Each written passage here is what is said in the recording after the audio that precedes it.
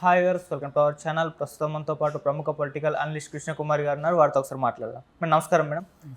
Madam Konda Surekha గారి పైన మరోసారి బీఆర్ఎస్ నేతలు ట్రోల్ చేయడం మొదలుపెట్టారు. ఎందుకు అని అంటే మొన్న ఒక పార్టీకి సంబంధించి కొండా సురేఖ గారు తన ఇన్స్టాగ్రామ్ అకౌంట్లో మందు, చికెన్ లాంటి వాటికి సంబంధించిన ఫొటోస్ పెట్టారు. ఒక మంత్రివై ఉండి నువ్వు ఇలాంటి ఫొటోస్ పెడతావా అని చెప్పేసి వీళ్ళు సోషల్ మీడియా ద్వారా విమర్శలు చేశారు.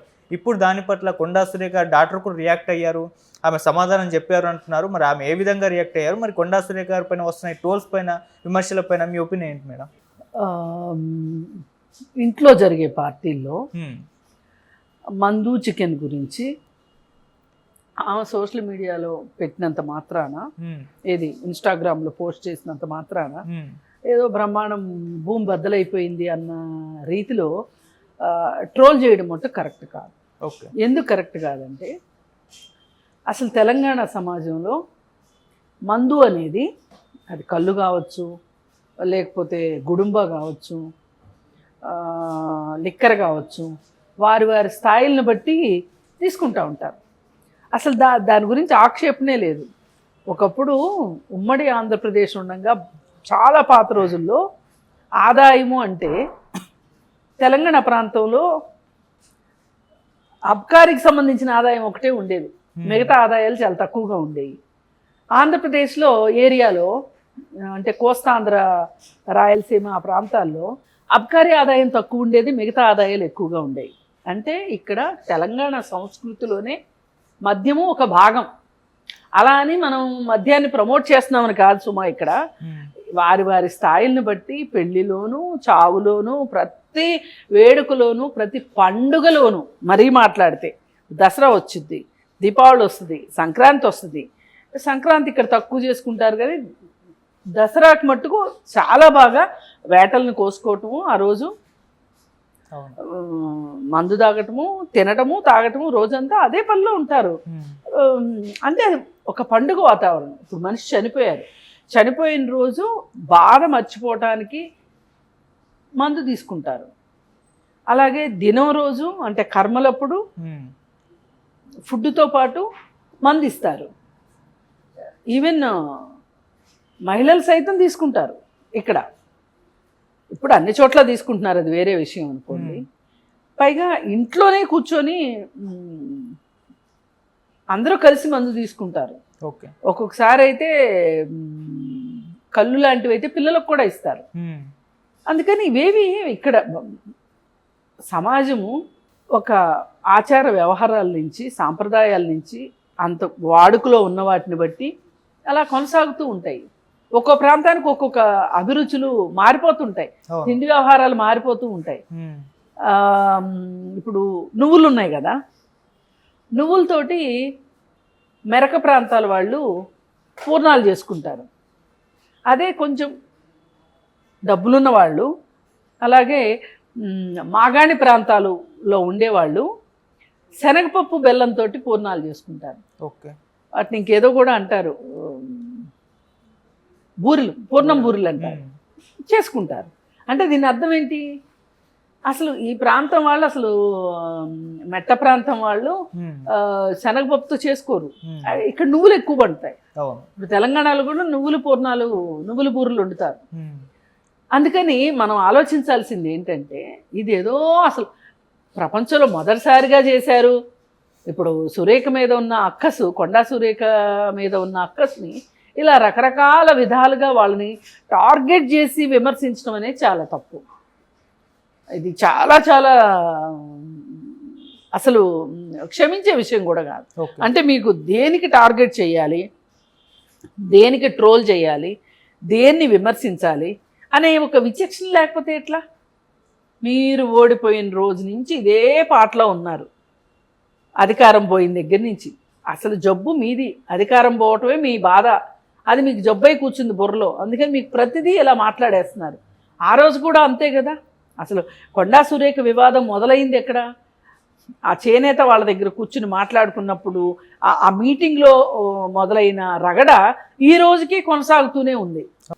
అయితే ఇది వాళ్ళ విచక్షణకు వదిలేయాల్సిందే. ఇప్పుడు పోయినసారి కూడా ఆమె ఏమంటుంది, నా మీద ట్రోలింగ్ చేసిన వాళ్ళని ఆయన సింగపూర్లోనో దుబాయ్లోనో దాచిపెట్టాడు అని చెప్పి మాట్లాడుతుంది. దానికి ఊతం ఇచ్చేటట్లు ఉన్నాయి కదా ఇవి. అవును. అంటే వీళ్ళ బాధ ఏంటంటే, నేను ఆయన మీద నాగార్జున పైన చేసిన వ్యాఖ్యలనైనా ఉపసంహరించుకుంటాను కానీ ఈ వ్యాఖ్యల్ని ఉపసంహరించుకోను అని ఆవిడ అన్నది కాబట్టి వీళ్ళకి ఇంక మరీ బాధగా ఉందన్నమాట, మరీ కోపం వచ్చేసేసింది అనమాట.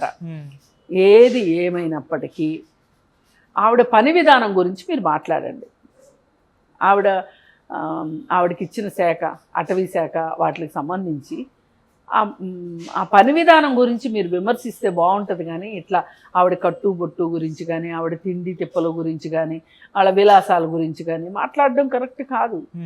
అసలు ఈ కాలంలో, ఈ రోజుల్లో ఇలా మాట్లాడడం అసలు కాదు. ఇప్పుడు వాళ్ళ ఎక్కడ చూసినా హోటల్స్ కూడా మామూలుగా ఫ్యామిలీస్ వెళ్ళి హోటల్స్లో కూడా బహిరంగంగా మద్యం తీసుకుంటున్నారు. అలాంటప్పుడు వాళ్ళు స్టేటస్లు పెట్టుకుంటున్నారు. కానీ ఒక మంత్రి అయ్యి ఉండి నువ్వు పెట్టకూడదు అనే దానికి మీరెందుకు ఇంత ఉత్సాహం ఎందుకు మీకు అసలు? ఇది ఒక విషయం. అయితే మనం రెండో వైపును కూడా ఆలోచిస్తే, ఆవిడ అది పోస్ట్ చేయకోకుండా, అంటే ఇప్పుడు మనం ఒక రకంగా మద్యం ఎంత కుటుంబాలని, ఇవన్నీ సంతోషకరమైన సందర్భాల్లో చేసుకునే వ్యవహారాలు ఇందాక మనం మాట్లాడుకున్నది. కానీ ఒక పేద కుటుంబంలో ఒక కార్మికులు కావచ్చు, రోజువారీ పనులు చేసుకునే వ్యక్తులు కావచ్చు, వీళ్ళు సంపాదించిన డబ్బుల్ని మద్యానికి వాడేసేసి, ఇంట్లో వాళ్ళకి డబ్బులు ఇవ్వకపోయినా పర్వాలేదు కానీ వెళ్ళి వాళ్ళని హింసకి పాల్పడుతున్నారు. అసలు కొన్ని చోట్ల అయితే పిల్లలు స్కూళ్ళకు కూడా వెళ్ళట్లేదు. తల్లిదండ్రులకి పిల్లలే వస్తారు బుడ్లు తీసుకొని, కళ్ళు బుడ్లు తీసుకొని. చూసాం మహబూబ్ నగర్ అటు సైడు కొన్ని స్కూళ్ళల్లో మాట్లాడడానికి వెళ్తే పిల్లలు కొంచెం వాళ్ళకి ఇంట్లో వాళ్ళకి ఇస్తున్న దారులు వీళ్ళు కొంచెం సిప్ చేస్తారు, స్కూల్కి వచ్చి నిద్రపోతుంటారు. అసలు కొంతమంది పిల్లలు స్కూల్కే రారు. ఇలాంటి పరిస్థితులు కూడా ఉన్నాయి. ఆడవాళ్ళు కూడా దానికి బానిసలైపోయిన పరిస్థితి ఉంది. మనం దాని నుంచి బయటపడాలి కదా మరి. అలాంటప్పుడు మీరు ఒక మంత్రిగా మీరు అలా పెట్టడం ఒక రకంగా ప్రోత్సహించినట్లే అవుతుంది కదా. అది కూడా ఆలోచించుకోవాలి. ఎందుకంటే ఇక్కడ విషయం ఏంటంటే, ఇప్పుడు నేనున్నానండి, నేను కొన్ని పనులు చేయకూడదు. ఎందుకంటే నేను ఒక సీట్లో కూర్చుని మాట్లాడుతున్నాను, నలుగురిలోకి వెళ్ళిపోతుంది టాపిక్. నేను ఇక్కడ మాట్లాడే విషయాలకి పూర్తి భిన్నంగా వేరేగా ప్రవర్తించాను అనుకోండి, ప్రవర్తించిన దాన్నే మళ్ళీ నేనే సోషల్ మీడియాలో పెట్టుకున్నాను అనుకోండి, ఏం బాగుంటుంది చెప్పండి? బాగోదు, చూడడానికి బాగోదు, మాట్లాడుకోవడానికి బాగోదు. అందుకని ప్రతి మనిషికి ఒక సోషల్ రెస్పాన్సిబిలిటీ అనేది ఉంటుంది. ఇది ప్రతి వ్యక్తికి ఉంటుంది. అది పర్సనల్ రెస్పాన్సిబిలిటీ కావచ్చు, హ్యూమన్ రెస్పాన్సిబిలిటీ కావచ్చు, ఫ్యామిలీ రెస్పాన్సిబిలిటీ కావచ్చు, ఏదైనా సరే ప్రతి మనిషి ఏదో ఒక రెస్పాన్సిబిలిటీలో ఉండాలి. మరి రాజకీయ నాయకులు ఇంకెంత రెస్పాన్సిబిలిటీలో ఉండాలి? ఇప్పుడు సినిమా హాళ్లలో ఈ మద్యం పోస్టర్లు, మద్యం తాగే దాని దగ్గర కింద మద్యం తాగటం ఆరోగ్యానికి హానికరమని డిస్క్లైమర్ వేస్తున్నారు.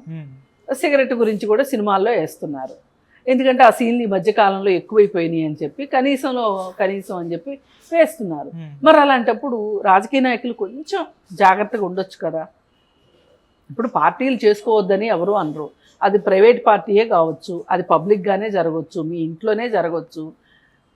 మీ ఇంట్లో ఆ పార్టీ జరిగితే ఆ పార్టీని దొంగతనంగా ఫోటోలు తీసి సోషల్ మీడియాలో పెట్టి వాళ్ళు యాగి చేస్తే కూడా అది చాలా తప్పు. అప్పుడు మీరు మాట్లాడడానికి ఉంటుంది. అందుకని వాళ్ళ అమ్మాయి కూడా ఒకసారి పునరాలోచించుకోవాలి. ఇప్పుడు మేము అధికారంలో ఉన్నాం కాబట్టి మేము ఏం చేసినా చెల్లుబాటు అవుతుంది అని కానీ, లేకపోతే వాళ్ళు మమ్మల్ని అనవసరంగా టార్గెట్ చేస్తున్నారని కానీ మీరు అనుకోవడం కూడా కరెక్ట్ కాదు. ఒకంత సోషల్ మీడియా అనేది రెండంచులు కత్తి అని చెప్పి మనం ఎప్పుడు మాట్లాడుకుంటున్నాం. అది ఎంత ఉపయోగకరమో అంత ప్రమాదకారి కూడా. దాన్ని కూడా దృష్టిలో పెట్టుకోవాలి. దాన్ని అసలు పోస్ట్ చేయాల్సిన అవసరం లేని విషయాలు మీరు ఏం పోస్ట్ చేయొచ్చు? ఎవరైనా తిండి లేని వాళ్ళకి ఈ సందర్భంగా, మీ ఇంట్లో పార్టీ జరిగిన సందర్భంగా ఎవరైనా పేదలకి అన్నదానం చేశారనుకోండి, అది మీరు పోస్ట్ పెట్టారనుకోండి, ఉమ్. ఇంకొకరికి ఆదర్శంగా ఉంటుంది. ఇప్పుడు మీరు మందు తాగేది, మాంసం తినేది ఎవరికి ఆదర్శం చెప్పండి? అందుకని ఆ విధంగా తప్పు కానీ